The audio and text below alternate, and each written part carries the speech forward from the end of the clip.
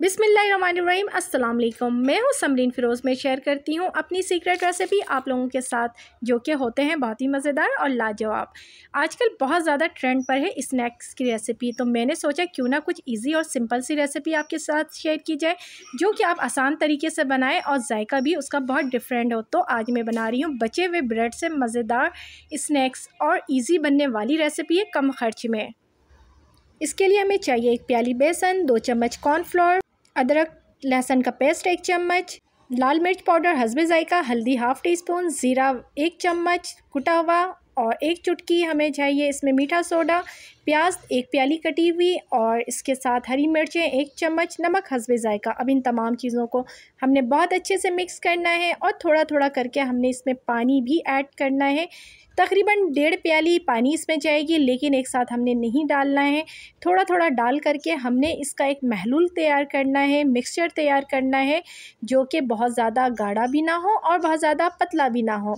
ख़्याल रखें कि इसे हमने बहुत आराम से करना है, एक साथ सारा पानी नहीं डालना है। कंसिस्टेंसी आप इसकी देख लें, सेम इतनी ही हमने रखनी है।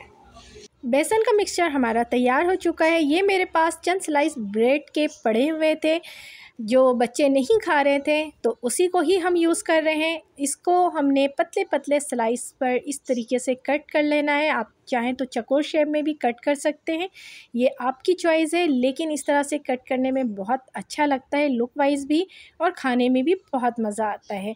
तो इस तरह से हमने इसके कट कर लेने हैं, कॉर्नर वगैरह कुछ भी हमने नहीं हटाना है। ये देखिए कितने सारे बन गए हैं माशाल्लाह से। अब हम एक पैन में ऑयल ले लेंगे, तकरीबन 1.5 प्याली। अब इस ब्रेड को हमने स्लाइस को बेसन का जो हमने मिक्सचर महलूल तैयार किया था उसमें हम डिप करेंगे, और डिप करके 1 बाई 1 हमने इसमें डालते रहना है। और इस तरीके से जब नीचे का गोल्डन फ्राई हो जाएगा तो अब हम इसे टर्न कर लेंगे, और तमाम जो हमने कट किए हुए हैं स्लाइस ब्रेड के, उसी तरह से हमने डिप करना है और इसको फ्राई करना है। अच्छा, एक ही साथ आप बिल्कुल भी सारे ब्रेड को अंदर नहीं डाल दीजिएगा, क्योंकि ब्रेड बहुत सॉफ्ट होते हैं, वो अंदर जाने के बाद महलूल में मिक्सचर में बेसन के तो वो टूट जाएंगे। तो आप 1 बाई 1 ही आप उसमें डिप करके आपने ऑयल के अंदर रखना है।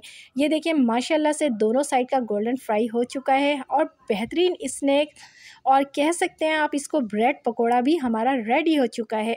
आप इसे बच्चों को दें, बच्चे बहुत शौक़ से खाएंगे। कोई मेहमान आता है इमरजेंसी में, आप इसे बनाएं, बहुत मज़े का, बहुत डिफरेंट जायका भी लगेगा आपको, और नहायत ही क्रिस्पी बनेगा, क्योंकि हमने इसमें कॉर्नफ्लोर जो ऐड किया है वो हमारे इस मिक्सचर को क्रिस्पी होने में मदद करता है, और बहुत मज़ेदार सा हमारा ये क्रिस्पी सा रेडी हो जाता है स्नैक्स। शाम की चाय में आप इसे बनाएं, और स्नैक्स के तौर पर आप इवनिंग में, नाइट में भी यूज़ कर सकते हैं, ब्रेकफास्ट में भी यूज़ कर सकते हैं। जिस तरह से चाहे आप इसे यूज़ कर सकते हैं, बहुत मज़े की ये बनेगी।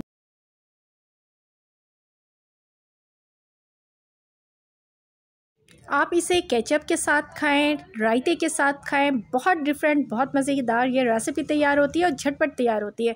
उम्मीद है मेरी ये रेसिपी आपको पसंद आई होगी। पसंद आती है तो प्लीज़ मेरे चैनल को लाइक सब्सक्राइब करना हरगिज़ ना भूलें। बेल आइकन को भी हिट किया करें, ताकि इस तरह की मज़ेदार और यमी सी रेसिपी की नोटिफिकेशन सबसे पहले आपको मिले। इस दुआ के साथ कि अल्लाह पाक मेरा आपका हम सबका दस्तरख़्वान यूँ ही हज़ार हज़ार नेमतों से सजाए रखे। अल्लाह हाफिज़।